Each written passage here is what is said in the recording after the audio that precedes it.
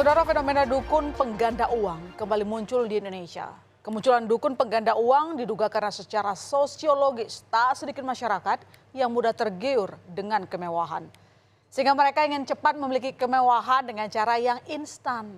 Namun celakanya, para dukun pengganda uang ini selalu memakan korban. Dalam kasus yang sama, selalu berujung pada hilangnya nyawa. Belum lama ini, saudara, seorang dukun pengganda uang bersama seorang temannya di Banjarnegara, Jawa Tengah ditangkap polisi. Dukun palsu ini bahkan membunuh korban-korban yang telah ditipunya.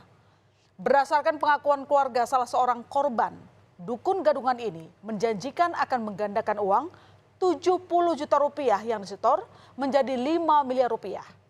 Nah, padahal pelaku melakukan penipuan dengan modus menggandakan uang untuk melunasi utang-utangnya. Belakangan terungkap, ternyata dukun palsu ini sudah membunuh 12 orang korbannya. Dan yang bikin merinding, pembunuhan oleh sang dukun palsu ini terungkap setelah ditemukan pada 12 jenazah korban di kebun sang dukun. Terungkapnya tindakan jahat dukun palsu ini setelah ada salah satu korban yang melaporkan ke polisi setelah menerima pesan singkat yang juga bikin merinding. Polisi pun ungkap isi pesan sang korban. Jadi jumlahnya 12 jenazah. Awal mulanya rekan-rekan bahwa awal mulanya pengungkapan kasus ini adalah adanya laporan dari saudara Gledes. Saudara Gledes ini adalah anak daripada korban. Korban pertama itu saudara Parianto.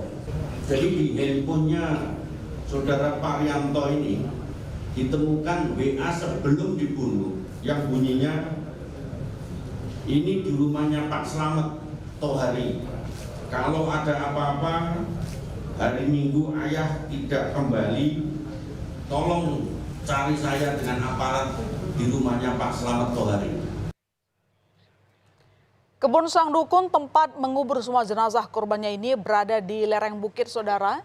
Korbannya berasal dari berbagai daerah, mulai dari Pekalongan, Jawa Tengah, Palembang, Sumatera Selatan, Yogyakarta, hingga Sukabumi, Jawa Barat.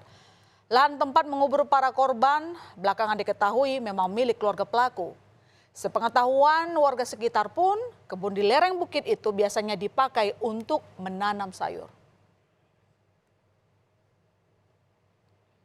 Dan selain terbuai dengan aksi penggandaan uang, para korban biasanya terlebih dahulu diajak pelaku untuk menjalankan sebuah ritual.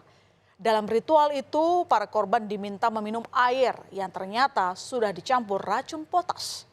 Pelaku pun menunggu korban hingga tak berdaya dan kehilangan nyawa untuk selanjutnya dikubur sebagai upaya meninggalkan jejak kejahatannya. Sedangkan uang korban yang niatnya ingin digandakan sudah barang tentu dikuasai sepenuhnya oleh pelaku. Caranya gimana? Setelah Diminum kan? Setelah diminum. Pada saat diminum itu dia sekarat nggak? Tolong-tolong nggak? Nggak bisa. Kan gini kan? Dikasih minum, nah minum, glek. Pak, minuman apa ini Pak? Seperti gitu nggak? Nah. Orangnya nggak sempat bilang seperti itu. Jadi gimana? Setelah minum itu langsung sudah nggak bisa bilang apa-apa. Intinya langsung mutah sedikit, terus dia sekitar 5 menit dia sudah nggak terasa apa-apa. Ya, dan saudara, tadi adalah pelaku pembunuhan 12 orang berkedok dukun pengganda uang. Pria bernama Slamet Tohari ini merupakan warga Banjarnegara, Jawa Tengah. Ia diketahui sudah 5 tahun dikenal sebagai dukun pengganda uang oleh warga. Slamet kerap mempromosikan aksinya itu di media sosial Facebook. Dan ternyata pelaku ini merupakan residivis kasus peredaran uang palsu di tahun 2019. Dengan terungkapnya aksi Slamet Tohari, warga sekitar pun menjadi resah. Warga khawatir Slamet masih memiliki kaki tangan yang bisa mengancam keamanan warga. Kepala desa setempat mengungkap pelaku dikenal sebagai sosok yang jarang bergaul di desanya. Bahkan di sekitar kebun sayuran milik orang tuanya ini, saudara, Slamet jarang terlihat ataupun bertani. Orangnya dan usahanya memang kelihatannya juga kurang jelas. Terus memang dikenal sebagai dukun atau seperti apa dia itu? Kalau itu karena saya tahu berdasarkan ada ini pengadu ke saya, orang dari Pekalongan, bahwa waktu hari ini pernah menjadi seorang, yaitu untuk penggandaan uang apa itu, tapi akhirnya kan nihil. Masyarakat juga pada ini Pak, kaget dan juga resah sebenarnya dengan kejadian seperti ini. Dan saudara, kasus serupa tapi tak sama pernah terjadi dan menghebohkan di tahun 2017 silam, di mana seorang pria bernama Taat Pribadi alias Dimas Kanjeng pernah mengakui bisa menggandakan uang. Bahkan Dimas Kanjeng ini memiliki sejumlah klien, para pesohor di negeri ini, mulai dari selebritas hingga pejabat tinggi. Banyak yang mengakui kemampuan Dimas Kanjeng, sehingga banyak sekali simpatisan Dimas Kanjeng yang bahkan memagari ketika sang pengganda uang harus berhadapan dengan hukum. Dan kalau Anda ingat, kasus Dimas Kanjeng ini juga memakan korban saudara. Dimas Kanjeng disebut menganjurkan pembunuhan kepada 2 anak buahnya, sekaligus merencanakannya. 2 anak buah Dimas Kanjeng itu dibunuh pada Februari 2015 dan April 2016. Keduanya dibunuh karena dikhawatirkan akan membocorkan rahasia Dimas Kanjeng terkait praktik penggandaan uang. Dan singkat cerita, Dimas Kanjeng pun menghadapi meja hijau hingga akhirnya didakwa untuk sejumlah kasus penipuan dan pembunuhan. Secara kumulatif, Dimas Kanjeng divonis 21 tahun penjara dalam 3 perkara yang menjeratnya. Mulai dari perkara penipuan sebesar 10 miliar rupiah hingga pembunuhan yang dilakukan terhadap 2 anak buahnya. Dari vonis yang diterima Dimas Kanjeng ini, keluarga para korban, baik korban pembunuhan maupun penipuan, merasa sangat kecewa. Salah seorang keluarga korban pembunuhan Dimas Kanjeng bahkan berharap Dimas Kanjeng dihukum mati atau setidaknya dihukum seumur hidup. Pasalnya, keluarga korban menganggap Dimas Kanjeng merupakan otak pembunuhan.